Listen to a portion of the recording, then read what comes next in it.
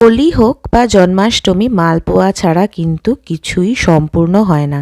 তাই আজ আমি একদম ইজি ওয়েতে একটা হেলদি মালপোয়া বানাতে চলেছি। যার জন্য প্রথমেই আমি 2 কাপ জল দিয়ে দিলাম একটু মৌরি, তার সাথে একটু এলাচ গুঁড়ো। এবার জলটা ভালো করে ফুটে এলে দিয়ে দিলাম 1/2 কাপ মতো গুড়। তারপরে গুড়টা ভালো করে ডিজলভ হয়ে গেলে এই গুড়ের জলটা আমি ছেঁকে নিয়ে রেখে দিচ্ছি। তারপরে আরেকটা পাত্র নিয়ে নিয়েছি, এখানে নিয়ে নিচ্ছি 1 কাপ মতো আটা, 2 চামচ সুজি, 2 চামচ আনসুইটেন্ড মিল্ক পাউডার, আর দিয়ে দিচ্ছি এই গুড়ের জল। তারপরে ভালো করে মিক্স করে এরকম কনসিস্টেন্সি হওয়া অবধি ভালো করে মিক্স করে 15 মিনিট ঢেকে রেখে দেব।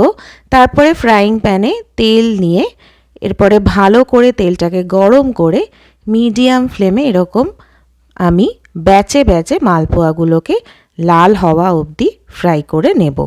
তা আমি এখানে আর রসে দিচ্ছি না, আপনারা চাইলে এরপরে রস করে যেরকমভাবে মালপোয়াকে সোক করে রাখতে হয় সেরকম করতে পারেন। আমি এখানে তার বদলে নিয়ে নিয়েছি মালাইটাকে আমি একটু ফেটিয়ে নিচ্ছি।